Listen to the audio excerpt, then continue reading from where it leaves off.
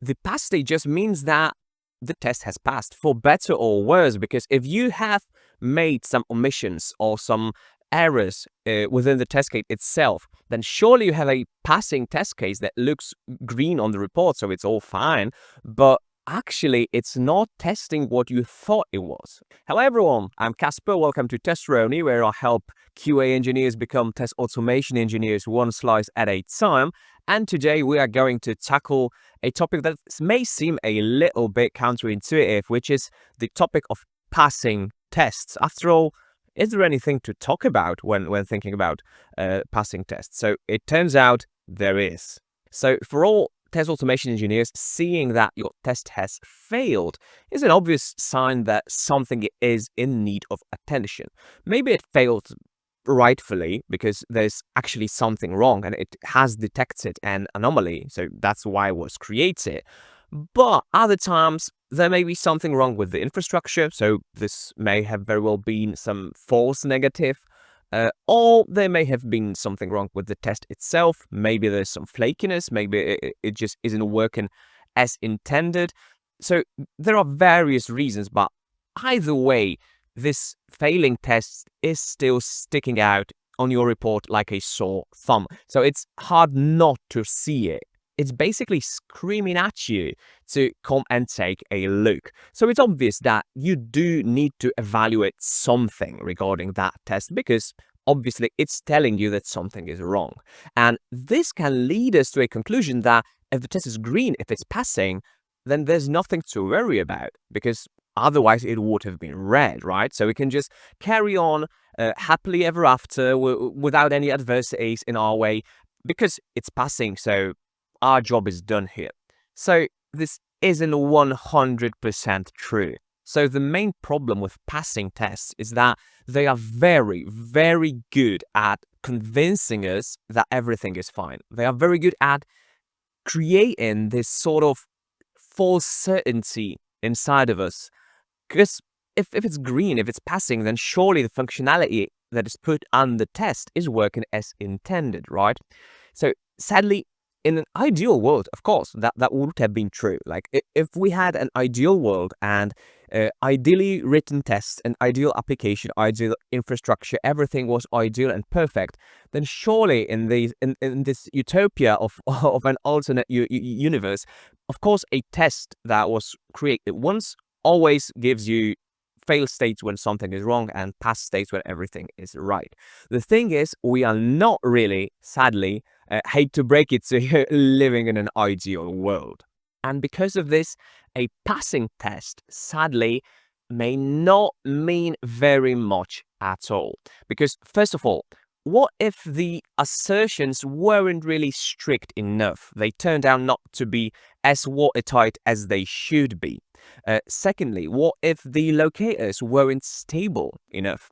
What if they were, for example, based on the order of elements on the page and this order has changed since the development of the test?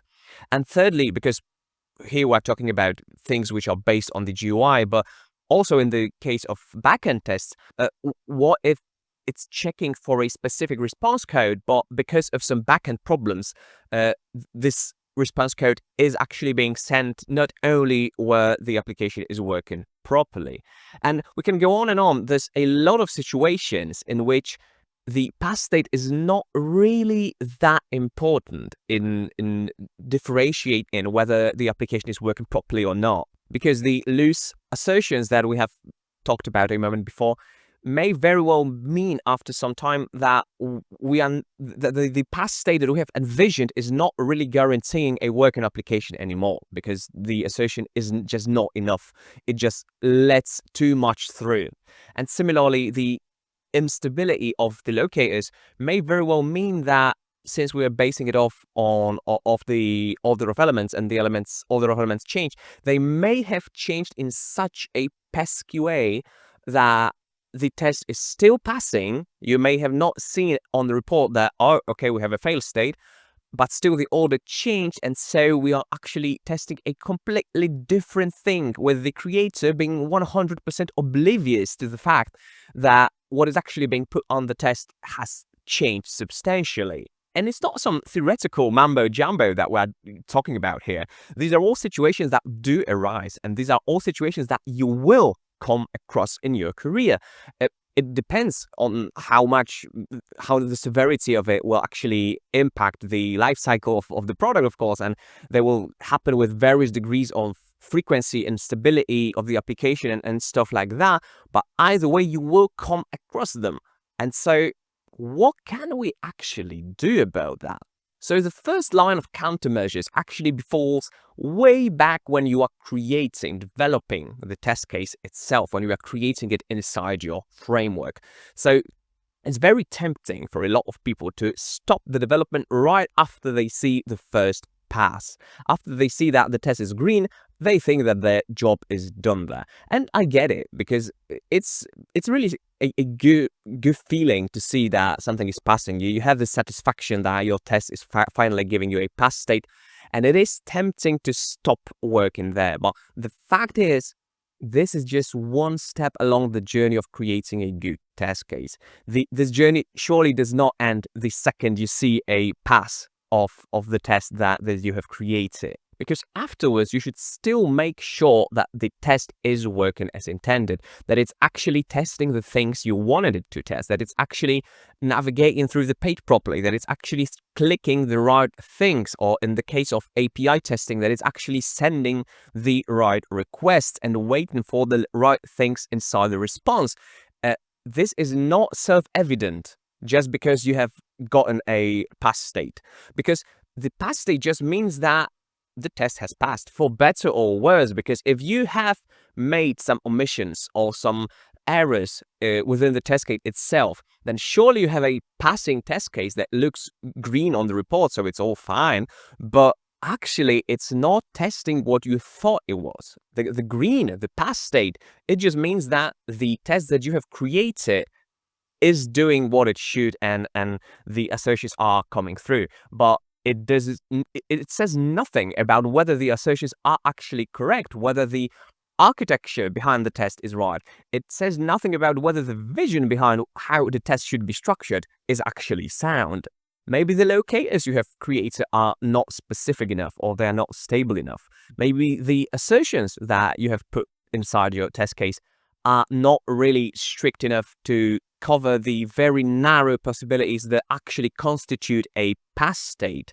There's a lot of things that may have gone wrong, and the fact that you are getting a pass state does not mean that the functionality itself is working. It just means that the test is working. So what can we actually do to make sure that the test is actually covering what constitutes a good working requirement or functionality that we're working on? There are a couple of ways, and to be honest, you should probably use all of them, not just cherry pick what seems good at the moment. First of all, of course, you should debug manually. You should go through your code one by one. I have talked about this in the other videos, read your code like an alien. So just go through your code one by one as if you weren't even the creator of it, and just see what you get from it. Like, does it actually make sense? Do some Robodoc debugging, as some people call it. So try to define and explain your own code to yourself as if you were coming to it from outside.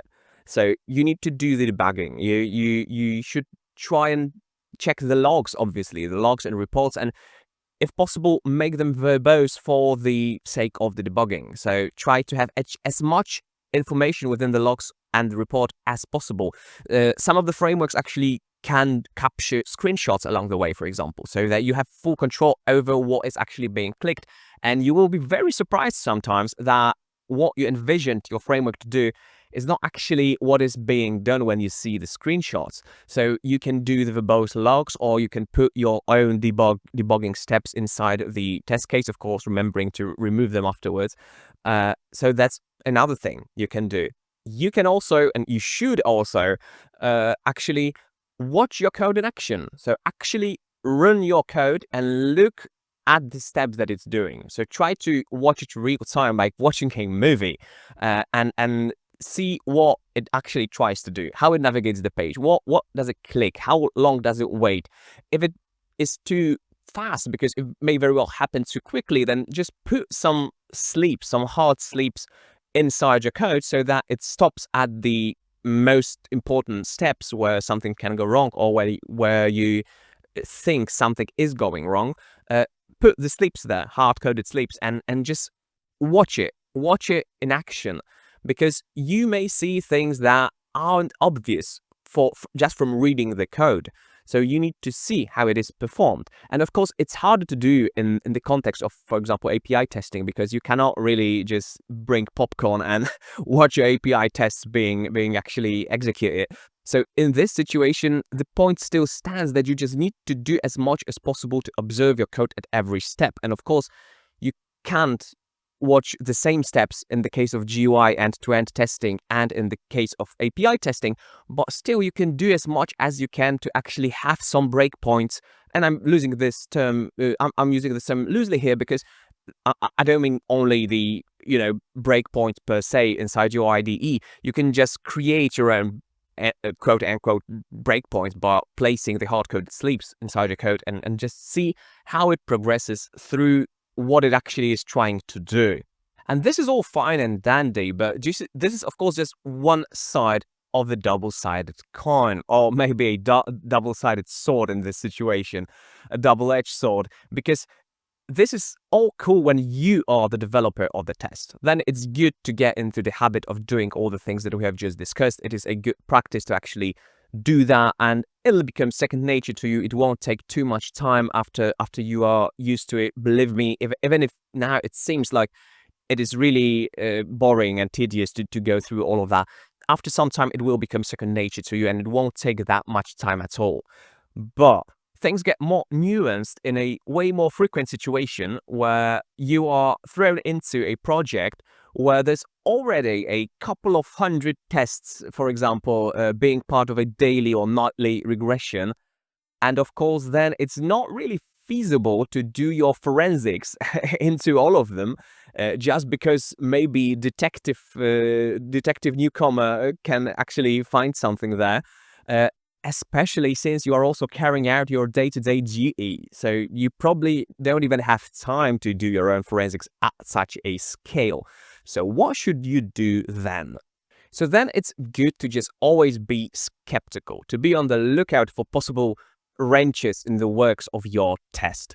There are some situations that are a good fit to actually look beyond just the was it a fail or was it a pass question. For example, when there was some new big changes being pushed, or if something substantial changed inside the layout of the application, something that may have broken the order of elements, for example, that may have targeted, unknowingly of course, the less stable locators that may have been included inside the framework. Or if there were some big backend changes, like the whole Swagger changed and the whole documentation of your API changed.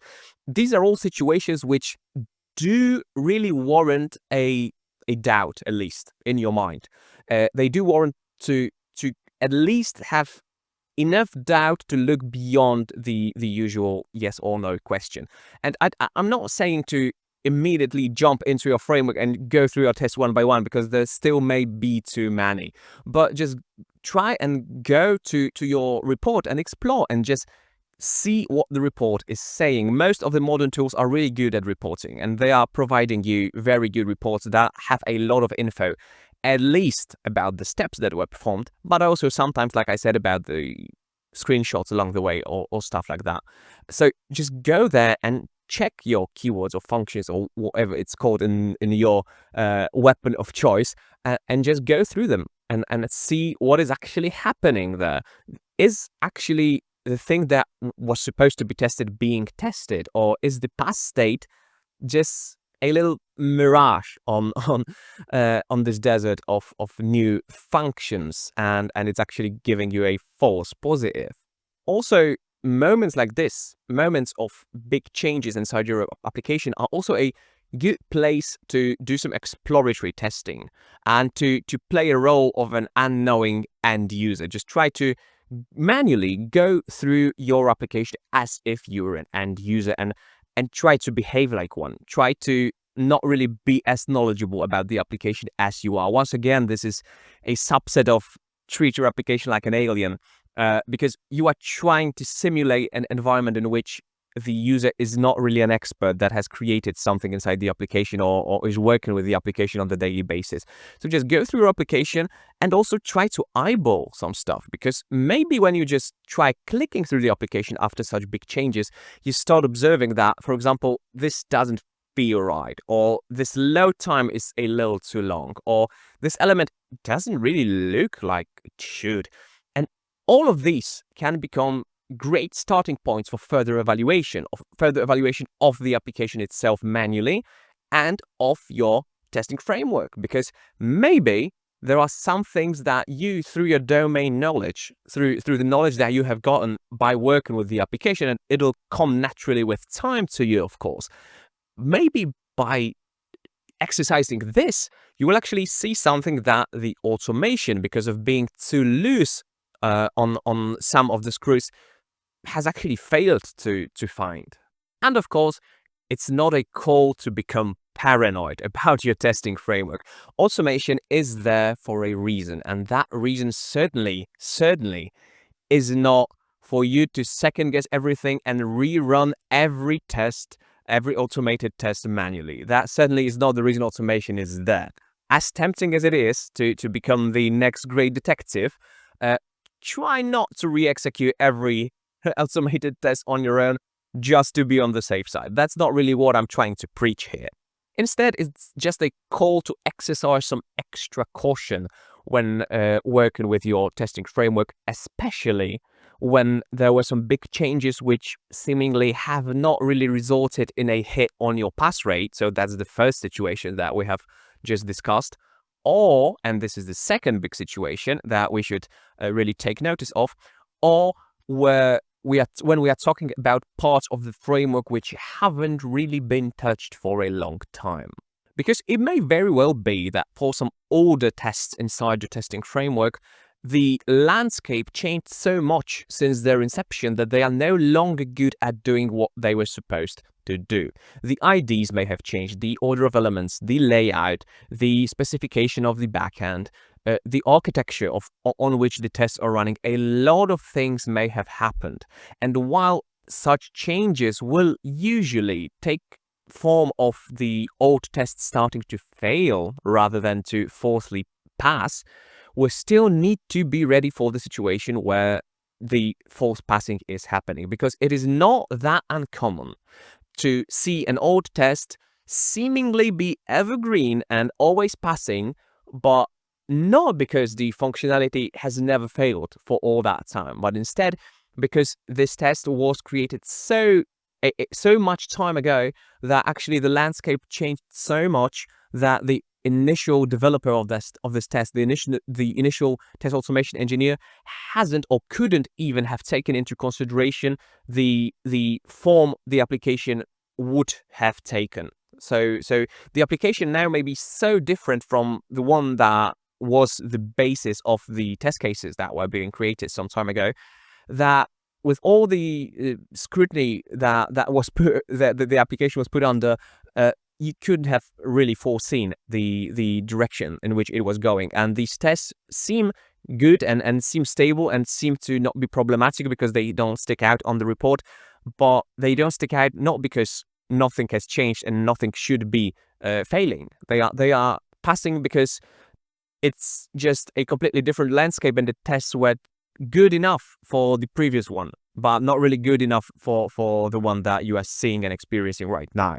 And it's not to diss the initial creators of this test by any means. They may have done everything that we have just discussed. They may have really exercised extra caution when creating the tests and did the alien method and did the debugging and watched it in action, and they may have done everything right.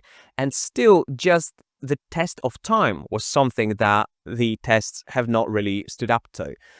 So the locator that was stable some time ago may not be that stable anymore. And similar with the assertions that may be too loose and allowing too much of the things to pass. There may have been a lot of things that were good back then, but are not really good anymore. That's why it's so important to remember that being a test automation engineer or a QA specialist or engineer as a whole isn't really to create the test and then forget, or to create and then sometimes maintain and forget. It's to actually use your own judgment, knowledge, domain knowledge, knowledge of the application to try and evaluate how things are actually working. It's not only creating a test and hoping, praying that it would never need any upkeep. It's actually working with your application and seeing how the quality level is. Because as I'm trying to really underline here, we need to exercise as much caution when things are going well as when they are going badly. So it may be a little counterintuitive, but the fact that something is passing does not really free us from responsibility in any way more than something having failed is. As I always say, QA is a game of uncertainty. Quality assurance as a whole is a game of uncertainty. And your job, regardless of your title and your experience, is to try and navigate this sea of uncertainty. And this sometimes takes the form of the risks we need to manage or mitigate. But other times, it takes the form of leading you into a false sense of security because a test is showing up as a passing one, even though the functionality that is being tested with this test can't really be farther from being passing. And your job as a test automation engineer is to be able to navigate both ends of the spectrum, both the failing one and the passing one. And I hope that with the knowledge gained from this video, it'll be easier to you and more natural to be able to progress through that landscape. Thank you very much for your attention. I really encourage you to leave your comments below and to leave a like and subscribe. If you have any questions or things that you would like to hear about in the future episodes, I really invite you to leave a comment down below. And thank you very much for watching and keep on rocking.